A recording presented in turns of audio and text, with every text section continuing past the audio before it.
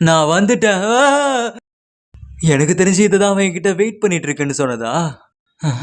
Hema, hey, நீ நல்லா தானே இருக்க? அப்பா, நீங்க வீட்டுக்கு வந்துட்டீங்களா? ஆமா, நீ எதுக்கு இங்க தூங்கிட்டு இருக்க தெரிஞ்சுக்கலாமா?